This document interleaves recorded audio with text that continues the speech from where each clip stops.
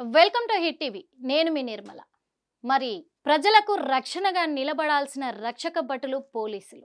మరి పోలీసులకే రక్షణ లేకపోతే మరి ప్రజలకు ఎక్కడి నుంచి రక్షణ?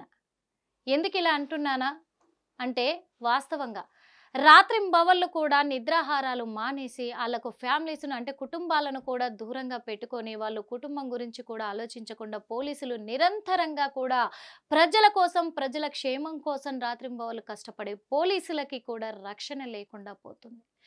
అది బయట కూడా కాదు, పోలీస్ స్టేషన్లోనే నేరుగా పోలీస్ స్టేషన్లోకి వెళ్ళి పోలీసుల మీదే దాడులకు పాల్పడుతున్నారు అనంటే ఇంకా ప్రజలను కాపాడేది ఎవరు? ఇటు పోలీసులకు రక్షణనిచ్చేది ఎవరు? ఏం జరుగుతుంది అసలు అనే కోణంలో కూడా వెళ్తే మరి చూద్దాము. ఇక్కడ పర్టికులర్గా మనకు ఫొటోస్ కూడా కనబడుతున్నాయి. ఇక్కడ హెడ్ కానిస్టేబుల్ అండ్ కానిస్టేబుల్ ఇద్దరు కూడా ట్రీట్మెంట్ తీసుకుంటూ ఉన్నారు కదా. పొట్టకి ఇక్కడ పొట్ట భాగంలో జరిగింది. ఓకే ఓకే పొట్ట భాగంలో ట్రీట్మెంట్ తీసుకుంటూ ఉన్నారు హెడ్ కానిస్టేబుల్ అలాగే హోమ్ గార్డు. హెడ్ కానిస్టేబుల్కేమో పొట్టకి పై భాగంలో కత్తిపోటు దిగింది. మరి ఇక్కడ హోమ్ గార్డుకేమో చేతులకు గాయాలైనాయి. ఏం జరిగింది అసలు? ఎవరు ఈ దాడికి పాల్పడింది? ఎక్కడ జరిగింది? ఎందుకు పోలీసులపైనే దాడి చేశారు అనే విషయంలోకి వెళ్తే కూడా తెలంగాణలో పోలీసులకే రక్షణ కరువు. ఏకంగా పోలీస్ స్టేషన్లోనే హెడ్ కానిస్టేబుల్ పై కత్తితో దాడి చేసి పారిపోయిన దుండగుడు. ఎక్కడ అంటే నిర్మల్ జిల్లా కుబేర్ పోలీస్ స్టేషన్లో ఓ హెడ్ కానిస్టేబుల్ పై కత్తితో దాడి చేసిన దుండగుడు నిన్న రాత్రి 10 గంటల ప్రాంతంలో కత్తితో పోలీస్ స్టేషన్లోకి వచ్చిన వ్యక్తి నేరుగా ఎస్ఐ గదిలోకి వెళ్తుండగా అడ్డుకున్న హెడ్ కానిస్టేబుల్ నారాయణ. అయితే ఆ నారాయణను కూడా అతను ఏం చేశాడు అంటే వెంటనే తన వద్ద ఉన్న కత్తితో ఆయన కడుపులో పై భాగంలో పొడిచిన నిందితుడు. చూసారు కదా, అంటే ఆయన టార్గెట్ ఎస్ఐ మీద దాడి చేద్దామని వెళ్ళాడట ఈ నిందితుడు.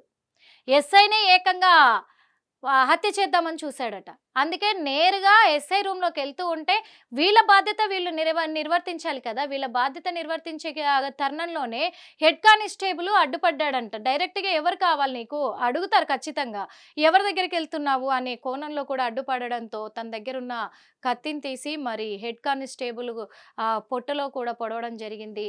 ఇక్కడ క్లియర్గా కూడా తెలుస్తుంది. అక్కడే ఉన్న హోంగార్డు గిర్దర్ అడ్డుకోవడానికి రాగా బలవంతంగా తోసేయడంతో అతని చేతులకు గాయాలయ్యాయి. బలవంతంగా మరి చేతిలో కత్తి ఉంది కాబట్టి అటు ఇటు తోపులాట్లో కూడా హోంగార్డు కూడా చేతులకు గాయాలైన తరుణాలున్నాయి. వీరి అరుపులు మిగతా సిబ్బంది స్టేషన్ వెనుక క్వార్టర్లలో ఉన్న పోలీసులు కూడా రావడంతో పరారైన నిందితుడు. మరి అందరు రాగానే అతను పరారయ్యాడు. గాయపడిన నారాయణ గిర్దర్లకు కుబీర్లో ప్రాథమిక చికిత్స అందించి బయంస ఏరియా ఆసుపత్రికి అయితే తరలింపు చేశారు. అదేవిధంగా దాడికి పాల్పడిన వ్యక్తి మహారాష్ట్ర ప్రాంతం నుంచి వలస వచ్చినట్లుగా కూడా తెలుస్తుంది. మహారాష్ట్ర ప్రాంతం నుంచి వలస వచ్చినట్టుగా తెలుస్తుంది. అతను ఇక్కడికి వచ్చి ఇక్కడ నివాసం ఉంటున్నాడు మహారాష్ట్ర వ్యక్తి. కానీ మరి ఎస్ఐ పైన దాడి చేయాల్సిన అంత అవసరం నిందితుడికి ఏమొచ్చిందో తెలియదు. ఆ వివరాలు ఏం బయటికి రాలేదు. అదేవిధంగా మరి డైరెక్ట్గా ఎస్ఐని టార్గెట్ చేశారు అని అంటే ఇక్కడ నిర్మల్ జిల్లాలో జరిగింది ఇది. హైదరాబాద్లో కూడా చాలా చోట్ల పోలీసుల మీద దాడికి పాల్పడ్డ వాళ్ళు చాలామంది ఉన్నారు. అయినప్పటికీ కూడా మరి పోలీసులు ఎలాంటి నిర్ణయాలు తీసుకుంటున్నారు, నిందితులకు శిక్షలు ఎలాంటివి పడుతున్నాయి అంటే కూడా ఈరోజు పోలీసులు అంటే భయం లేకుండా పోయిందా, లేకుంటే భయం లేకుండా పోలీసులే చేసుకుంటున్నారు? అలాంటి భయాన్ని అంటే ప్రజలకు పోలీసులు అంటే భయం ఉండట్లేదు అని అంటే వీళ్ళు ఎక్కడో చిన్న తప్పిదాలు చేయడం వల్లే కదా ఇలాంటి సిచ్యువేషన్లన్నీ కూడా ఏర్పడుతూ ఉంటాయి అనేది కూడా కొంచెం ఆలోచించాలి మనము.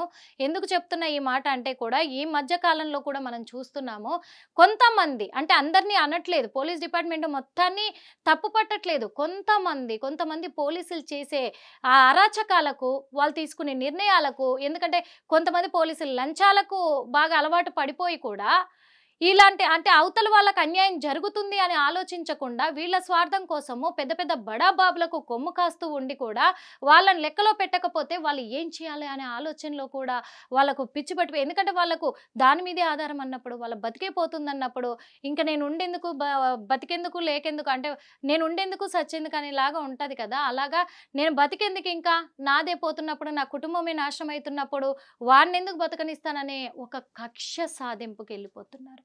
ఇదంతా క్రియేట్ చేసేది ఎవరు? ఇలా బడాబాబులకు కొమ్ము కాసే వాళ్ళే కదా. మరి మహారాష్ట్ర నుంచి హైదరాబాద్కు వలస వచ్చిన వ్యక్తి అంటే ఆ వ్యక్తికి ఏం అన్యాయం జరిగింది? అంటే పోలీసులు అంటేనే భయపడతారు కదా, అలాంటిది ఎస్ఐ మీద దాడి చేయాలనే అంత ఆక్రోశం ఎందుకు వచ్చింది, అంత ఆవేశం ఎందుకు వచ్చింది, అంత నిర్ణయానికి ఎందుకు వచ్చాడు? ఇవి కూడా బయటికి ఖచ్చితంగా వెల్లడించాల్సిన అవసరం అయితే పోలీసులకు ఉంది, నిర్మల్ జిల్లా పోలీసులకైతే ఉంది. మరి ఆ ఎస్ఐని కాపాడుకోవాలనే తరుణంలో ఈరోజు మరి దానికి బదులుగా బలైంది ఇక్కడ head constable and home guard ఇద్దరు కూడా బలవ్వాల్సి వచ్చింది.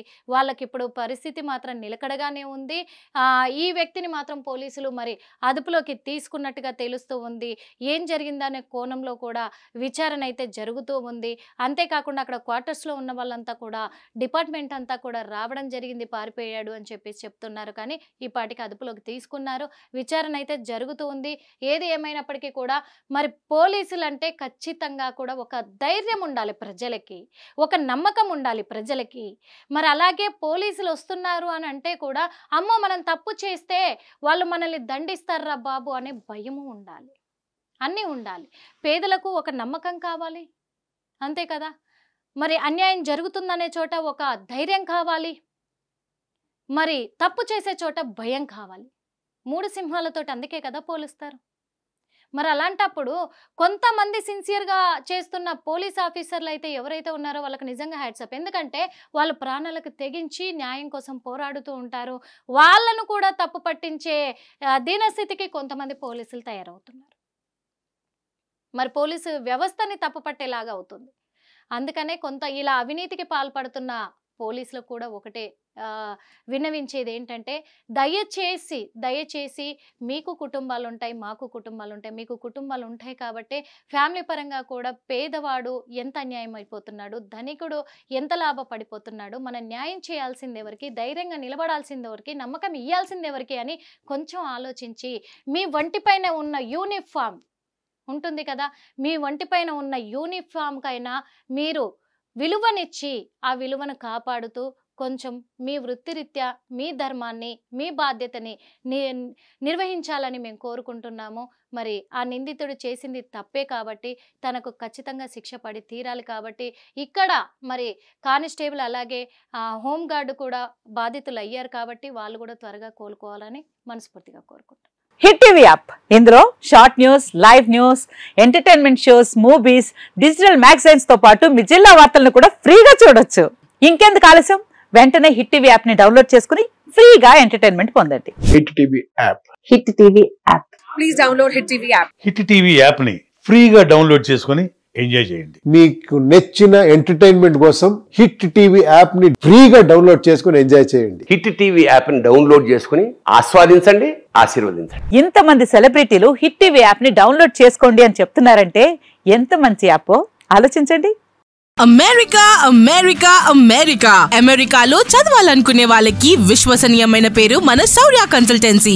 UK లో 1 year masters, UK లో 1 year masters, 2 years work permit up to 5 years visa. Contact Saurya Consultancy. Contact 89851 89851.